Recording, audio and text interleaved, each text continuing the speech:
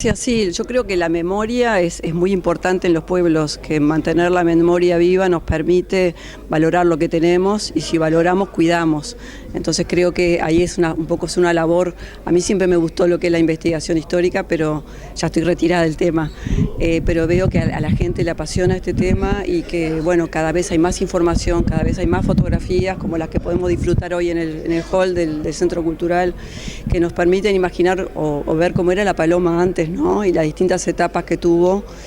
Y en un día como hoy que nos lleva al Faro, digo, más allá de que se celebra el cumpleaños de todo el balneario, nos lleva a la historia del Faro, a cómo comienza, la historia trágica que tuvo, la inauguración, los primeros habitantes que llegaron y el por qué se construye el Faro, la necesidad de darle seguridad al navío.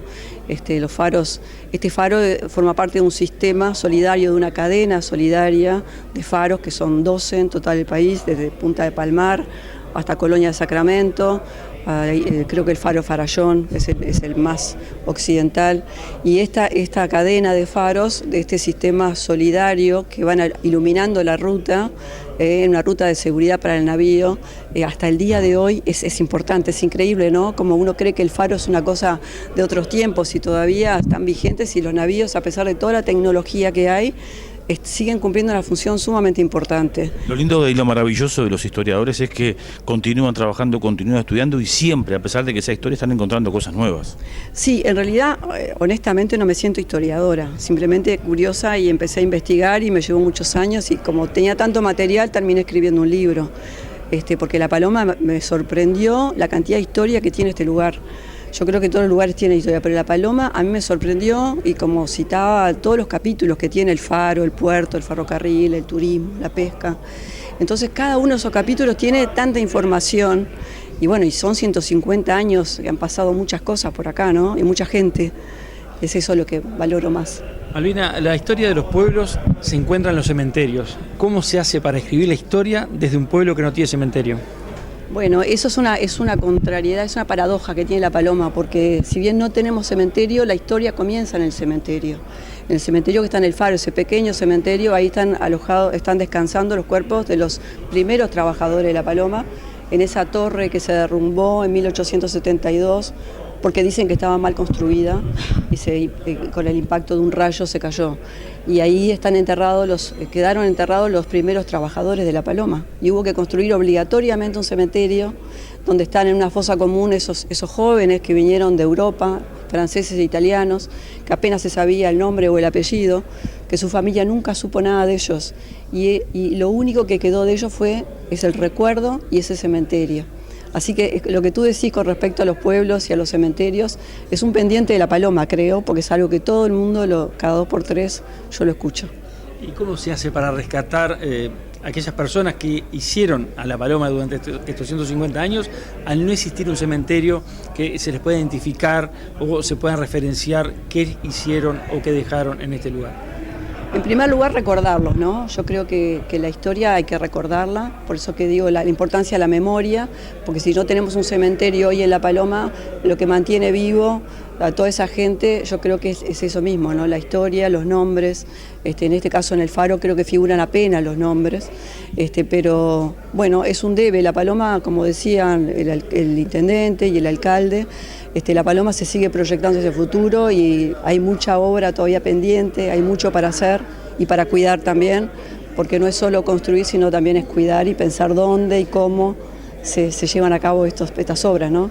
Dentro de toda esa investigación que hizo y el material que hace referencia que llegó a adquirir, ¿pudo dilucidar si la construcción del tramo de vía férrea entre La Paloma y Rocha fue hecha por alemanes o por ingleses?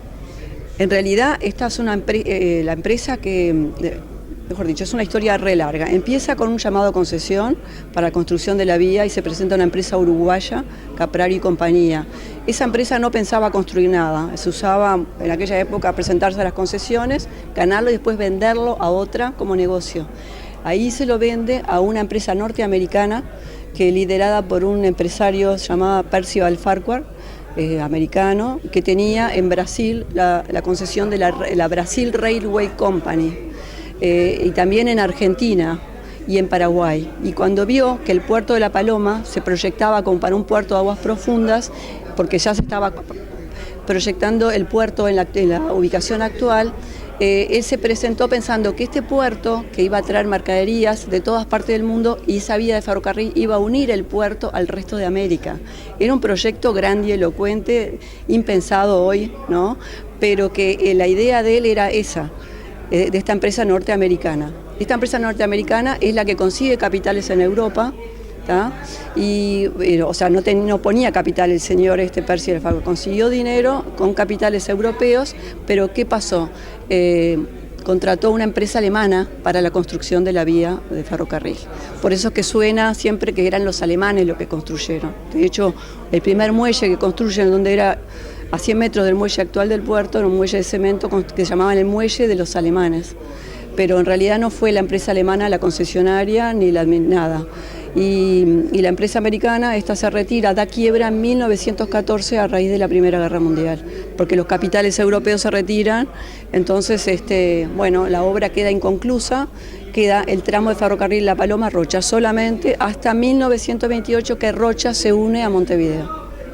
¿Qué es el libro para ti?